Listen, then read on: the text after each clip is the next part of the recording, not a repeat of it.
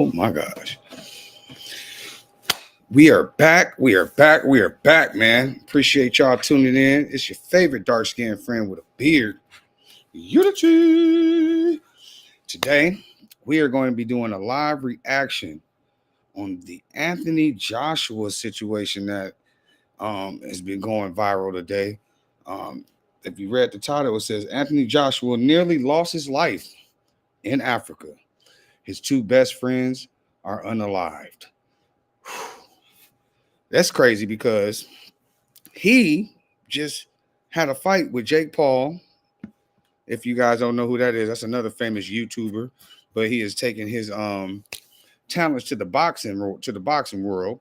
And he just had a fight with Jake Paul. With Anthony Joshua, where Anthony Joshua came out on top, knocked him out, broke his jaw, all that good stuff. So right now he's supposed to be on a high right now. You know what I mean? And all of a sudden they're talking about he got in a big car crash over in Africa. This video is coming to you from IDN TV1. So, y'all go check them out. And let me go ahead and get the screen set for you. I hope you like, the new background. We over here in the city of ADED. I'm getting things, put together piece by piece, day by day, trying to figure out how to make this more entertaining for you. You know what I mean? But yeah, let me stop jibber jabbering. If you like what you see, though, make sure that y'all like, comment, share, subscribe, hit the notification button so you don't miss out on the next stream. And yeah, let's go ahead and get this thing popping. Share the screen, entire screen. I got to go look on Twitch, make sure that we live. I got to go on YouTube, make sure that we live. I don't want none of y'all to miss nothing. You know what I mean? Hold on just a second. Let me check on YouTube. Boom, boom, boom, boom. All right, go to my channel. Make sure y'all subscribe to the channel too, man. Like I said, I'm doing this every day. Streaming every day. Okay. I think I see it. Yep. I don't want none of y'all to miss nothing. There we go. We are live on YouTube. All right, let me open up the Twitch stream real quick. How y'all day going, man? I ain't gonna lie, I've had a pretty long day. It's been a mentally taxing day. Had to do some things that I didn't want to do, but it's all progression. It's all for the greater good. You know how it is when you got to do some things sometimes that you don't want to do, but you have to do it so that, everything else around you is okay. It builds character. I'll say that much. All right, let me see. Where Twitch at? Thank y'all for being patient. I'm loving it. I had to go ahead and grab me a couple of essentials. Grab some of this Snoop OG. We're going to see what he up to. Let me see. Twitch. Are we live, baby? Are we live? Okay, I think we are live. Why does thing say it may contain sexual themes? No, it won't. We're talking about somebody getting unalived. Anyways, make sure you throw a W in the chat so I know who is in the chat, and that way I can acknowledge you. You know what I mean? We're going to have a good time tonight. All right, Emperor Berg, W's in the chat. That's what I'm talking about, boy. All right, let me go ahead and open this up now. I know y'all like, can you please stop talking and get to the video? I promise it's happening. It's happening. All right, open up. You gotta make sure you got the sound right on here. We ain't cutting no corners, man. Watch when I get my setup all the way right. Y'all gonna be like, I love this channel. Can you please stop talking and get to the video? There we go. All right. Anthony Joshua nearly loses his life. Yep.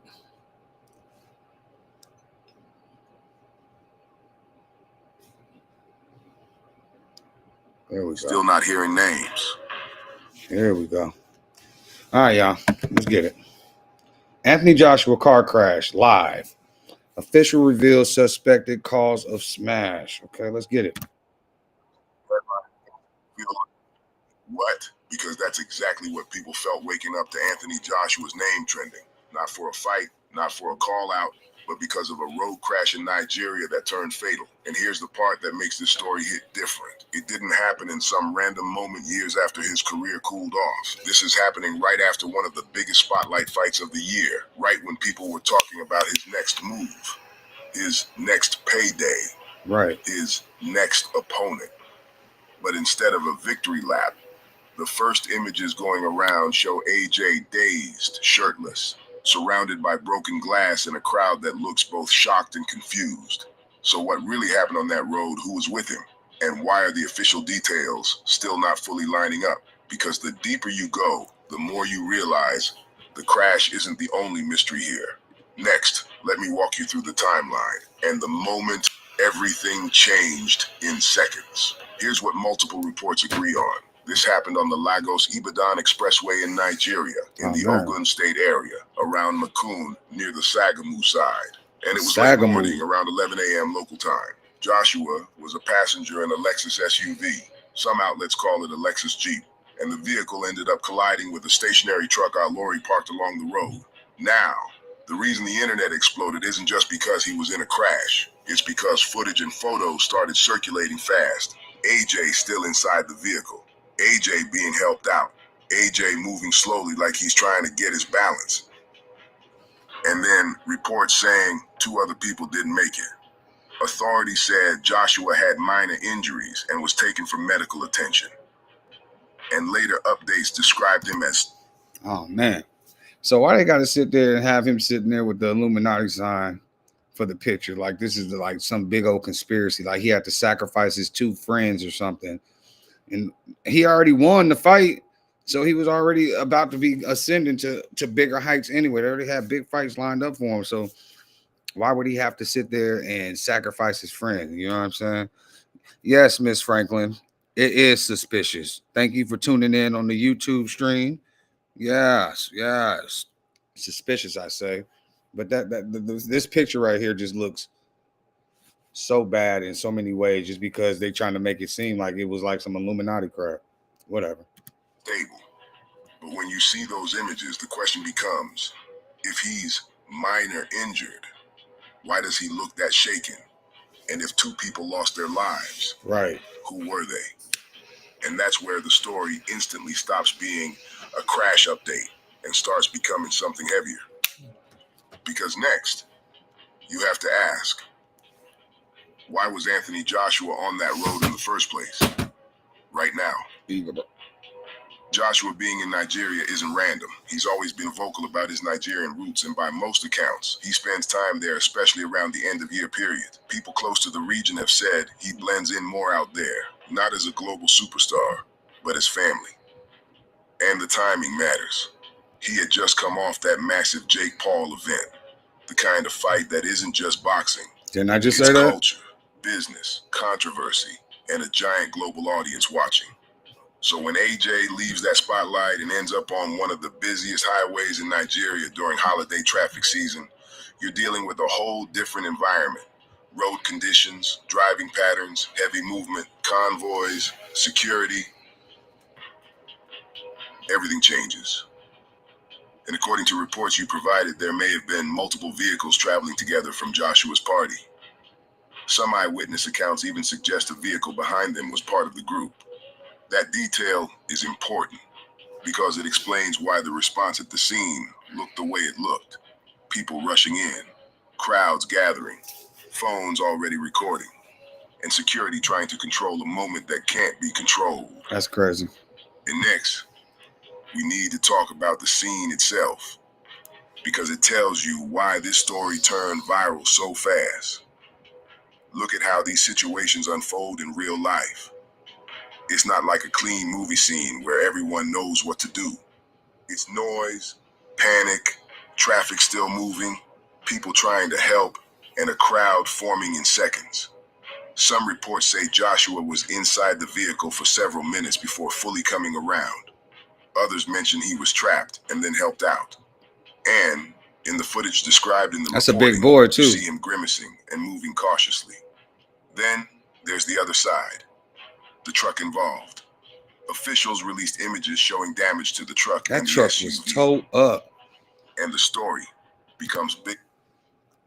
No matter what happened in this situation, he is blessed to have made it out of that wreck. Like, look at that car, bro. Like, and that looked like a truck, like an SUV. Usually, it's some oomph to that to a truck like that. So it's like, what did they hit? Did they just hit the wall and it did that? Did they hit another person?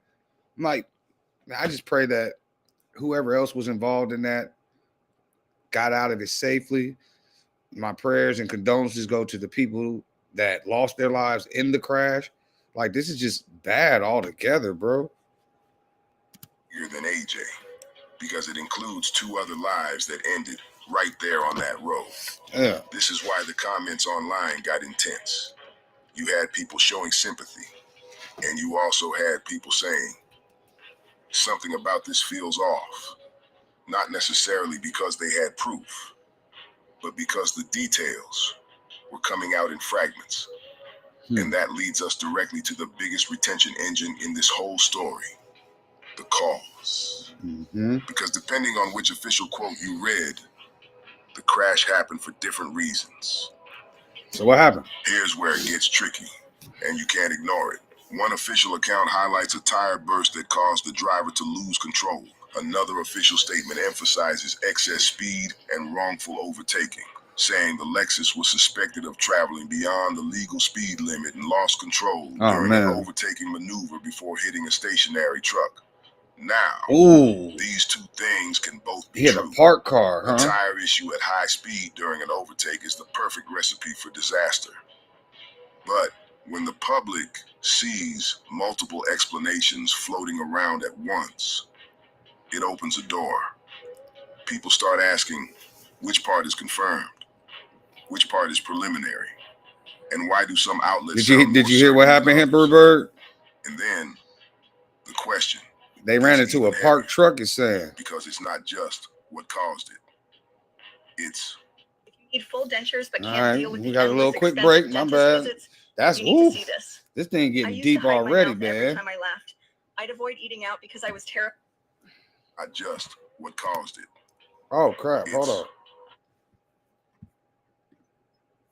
What is going on with the screen here? There we go.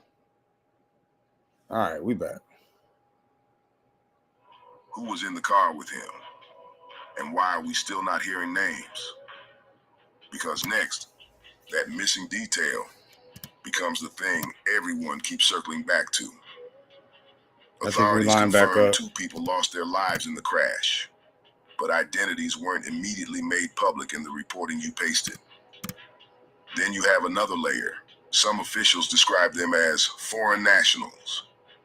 And once that phrase hit the internet, it immediately created more questions than answers. Because people want to know, we line back up. Were they part of his team? Friends, trainers, staff, security, visitors? Why is it being described in such broad terms? And when the names aren't confirmed quickly, the internet does what it always does. It fills the silence with guesses. That's why you saw comment sections turning into debate rooms. People arguing about seatbelts, speed, road conditions, even conspiracy talk, all because the most basic details weren't locked down publicly yet.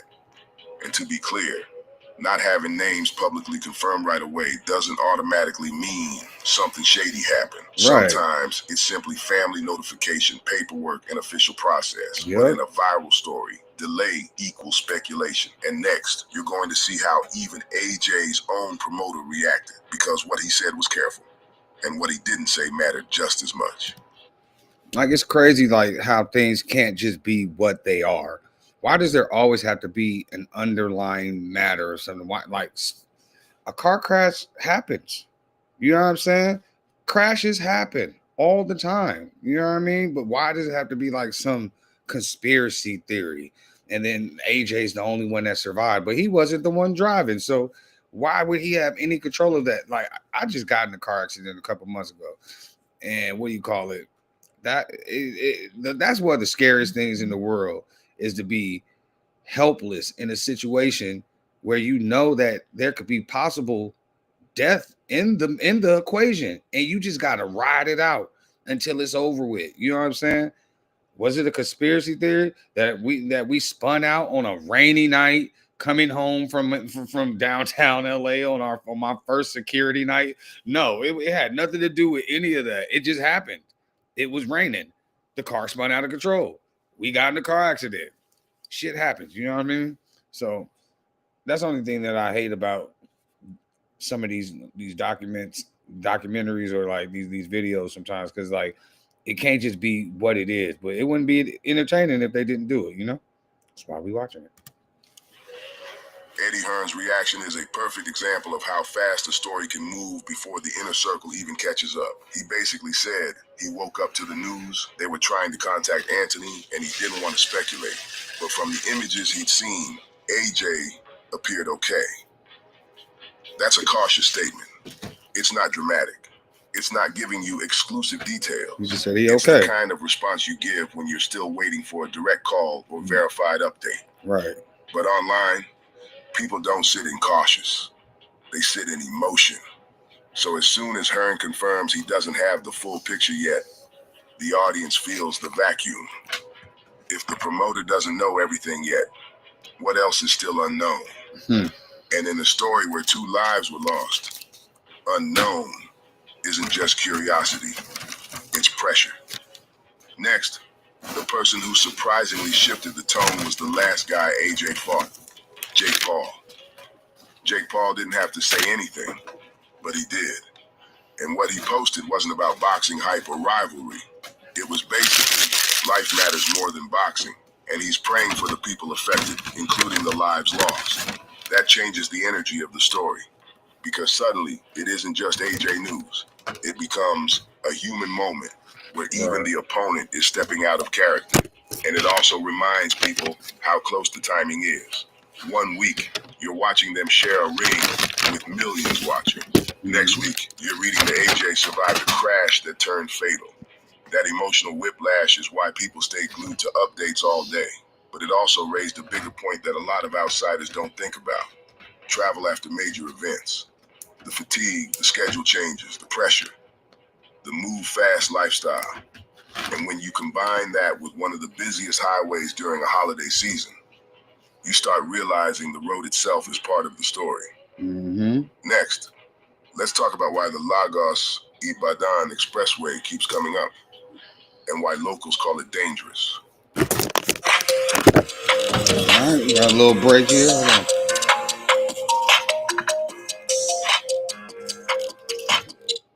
Locals call it dangerous. The Lagos-Ibadan Expressway isn't just a random road. It's one of the main arteries connecting Nigeria's biggest city to another major region, and it's heavily traveled, I think we lined that especially up. during the festive season when people are moving back and forth. Some reports describe it as one of the deadliest roads, and even if you don't label it that, you can understand the risk. Speed, congestion, heavy trucks, Man, look at them cars, man. vehicles stopped on the side, sudden overtakes. It's the kind of environment where one mistake becomes everyone's problem. And in this case, the truck being described as stationary and parked by the side of the road is a major detail, because that means the danger wasn't just 2 cars collided. It was a moving vehicle meeting a fixed obstacle at speed. Now combine that with early official language about overtaking, and you can see why people immediately started debating. Was this preventable? Was it simply bad luck? Was it a mix of human decision and mechanical failure? Because the internet doesn't just debate facts, it starts building narratives. Next, I'm going to explain why so many people online instantly said, "This feels off," and what that reaction actually tells you. When a major celebrity survives a fatal incident, the internet almost always reacts the same way. Grief, shock, and then a flood of theories. You saw it in the comments. People claiming it's bigger than an accident. People bringing up spiritual talk, organized chaos, even the kind of conspiracies that show up whenever fame and tragedy collide.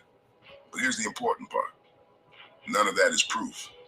It's emotion trying to make sense of something senseless. Because think about the psychology.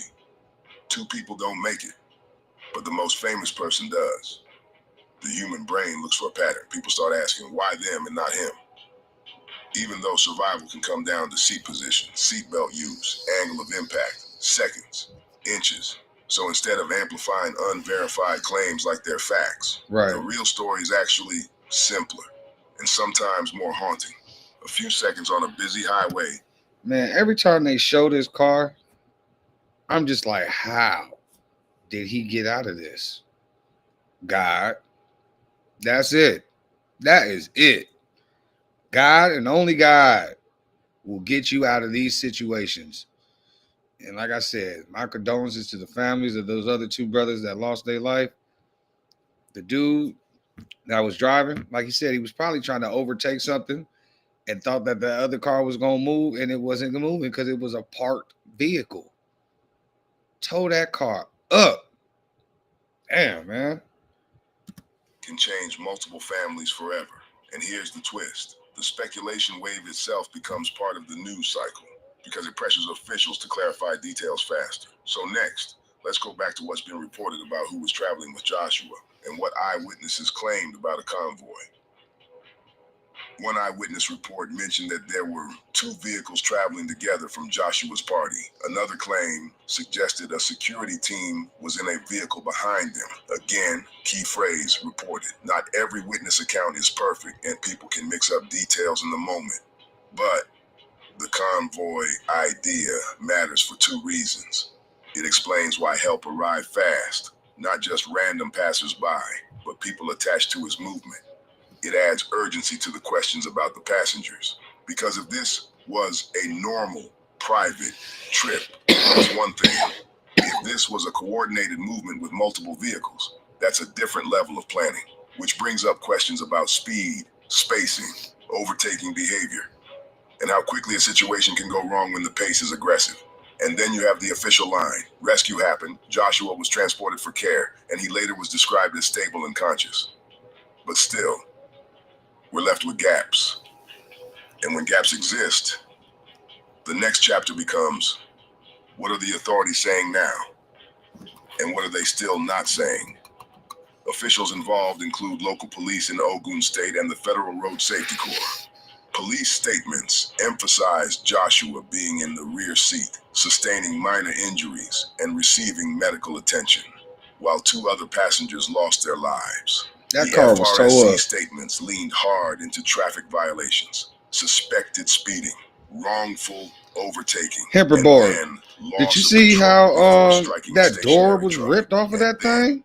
you have continuing Oh investigation my language, God. circumstances being investigated, preliminary findings, updates to follow.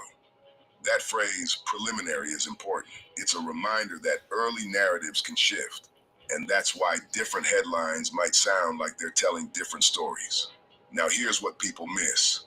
The official process after an incident like this can be slower than social media demands.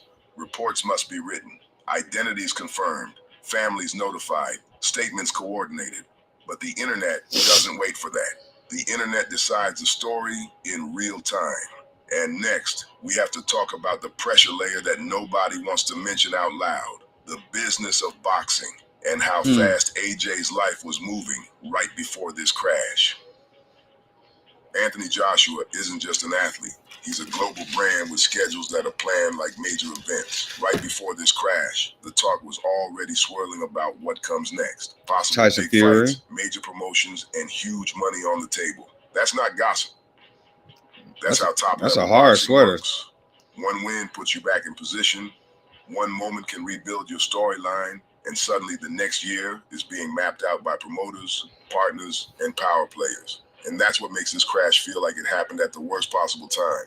Not because of money, but because it puts reality back in front of everybody. A fighter can be built like a tank, trained for war, and still be vulnerable to normal life. Now, add the fact that AJ reportedly was in Nigeria recovering, moving around during the holidays, dealing with travel, convoys, road risk. The question becomes, how does a person mentally process surviving a fatal situation when two others don't? Because next, the emotional fallout after a survival moment like this can last longer than any injury. Here's something people... Can you imagine the survivor's remorse that he's going through right now, especially that they saying that it was like two of his best friends. Like, I already know he's in a state of shock, first off. But on top of that, he's just like, why me? Why was I spared and they died? Especially if they's like one of my best friends too. I'd be like, man, I wish it was me instead of them. You know what I'm saying? Like, that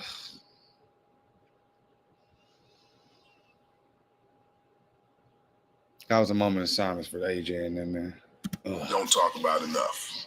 Surviving an incident like this can mess with you even if your injuries are minor, because your body might heal quickly, but your mind replays the moment on loop. The sound, the swerve, the impact, the glass, the chaos, the realization that two people didn't make it. And for someone like Joshua, who lives in a world where he's expected to be strong, composed, unbreakable, there's also the public pressure. Do I speak? Do I stay quiet? Do I show emotion? Do I keep it moving? That's why you often see fighters go silent after real life incidents. Not because they're hiding, but because they're processing. And this is where the internet can become toxic fast. People demand a statement like it's entertainment, while real families are grieving. Which is also why I'm watching one specific thing moving forward. When the identities of the two men are confirmed publicly, the entire tone of the story will shift again. But before we get there, we have to address the rumor wave carefully, because it's already influencing how people are talking about this. Online, you've already seen the chatter. People saying this was meant to happen. People tying it to fame, sacrifice talk, and other claims that spread fast because they're dramatic. Let me be clear. Those are unverified internet narratives. They are not confirmed facts. And usually, they blow up for one reason. They give people a simple storyline when real life is complicated. If you ever see this credit card, be warned. It might just change your financial future. Here's what could happen. Stage 1. You get approved. We're back. Storyline when real life is complicated. The confirmed elements here already explain a lot.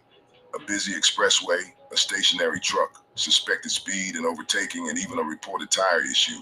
Any one of those can create a fatal situation. You don't need a conspiracy for tragedy to happen, but rumor content is still worth mentioning. Not because it's true, but because it shows you what people do when official details come in slowly. They create their own version. So the smart move is to separate feelings from facts. Next, I'm going to take the recipe to his best friend, Hemperberg. And that's the the OG specific Snoop. questions that still need answers. Here's the clean version, without the noise.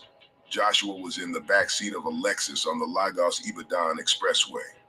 The Lexus hit a stationary truck, lorry. 2 people lost their lives at the scene. Joshua had minor injuries and was taken for care, later described as stable. Authorities mentioned factors like suspected speeding, overtaking, and also a reported tire burst in some accounts. The investigation is ongoing. Now here's what still matters and still isn't fully settled publicly. Names and roles of the 2 men who lost their lives. The final, unified explanation of the cause. Mechanical issue, driver decisions. It's like, why does it matter though? Or a mix. 2 people lost their lives regardless of who they, who they are. Details. Whether Joshua will speak publicly and when.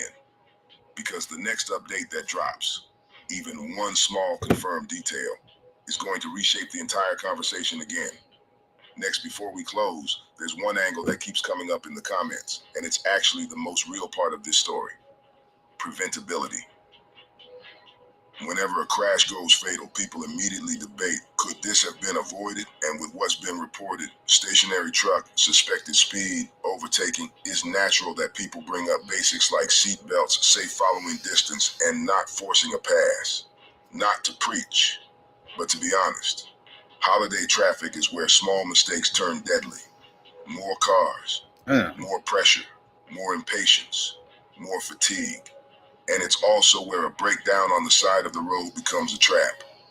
Because one vehicle stopped can trigger sudden lane changes, sudden overtakes, and that one split-second decision can be the difference between close call and catastrophe. So if you're watching this story and thinking, man, that could be anybody, you're not wrong. Fame doesn't cancel physics, which brings us to what happens next and what updates to watch for, because the next confirmed detail will hit like a wave. Here's what to watch for. In the next 24 to 72 hours, official confirmation of the identities of the two men. Any direct statement from Joshua or his team once they're ready. A more detailed official report that clarifies whether the primary trigger was mechanical failure, speed, overtaking, or both. He was moving fast as hell for that car to look like that. And who was in which vehicle. Any confirmed medical update beyond minor injuries and stable. Because right now, the story is living in that weird space where the headline is clear, but the human details aren't fully public yet. And once those human details drop, the comments will change. The tone will change. The questions will get sharper, which leads to the biggest question of all, the one nobody can answer cleanly. Why do moments like this happen right after the spotlight? Right.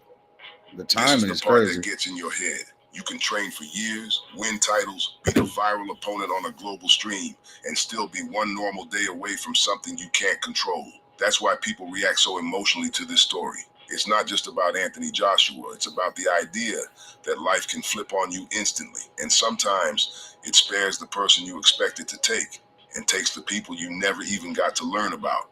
So I want to ask you something. Do you think this story stays quiet once the identities are confirmed? Or do you think it gets louder? And do you think Joshua speaks publicly soon? Or does he disappear for a while and let officials handle it? Because either way, the next chapter of this story hasn't been written yet, and the updates are going to hit fast. Let's close this out with one final thought, and I want you to tell me in the comments what you think is the biggest unanswered question. I'll say it like this. The facts we have are already heavy. 2 lives were lost. Joshua was He injured. look like Muhammad Ali right And there. the situation is still being investigated. But the reason this story is sticking in people's minds is because of what we don't know yet. And because the timing feels surreal. So drop a comment. What's the one detail you're waiting on before you make up your mind about what really happened here? And if you've ever driven a highway during holiday traffic, you already know how fast things can go left. So if this video made you think even a little, hit the like, because it pushes this out to more people who are following the updates. And I'll keep it real. When the next confirmed update drops, names, report, statement, that's when the story changes again. If you want the next chapter when it drops, subscribe. Well, all right. File free in the app if you didn't file with Let's us. go ahead and shut that up. So what y'all think, man? Y'all should drop it in the comments what y'all think really happened, quote unquote. Honestly, I feel like what happened is what happened. You know what I'm saying? Like, dude was trying to make a move on the highway. It was a busy highway. Made the wrong move, and it cost 2 people their life. And like I said, man, condolences to their family. You know, because especially right after the holidays, like that's sad. That's sad. You know what I'm saying? Well, if you like the video, go ahead and press the like button, comment, share, subscribe, hit that notification button so you don't miss out on the next live stream. And yeah, man, you've tapped in with your favorite dark-skinned friend with a beard once again. Unity. And until next time, man.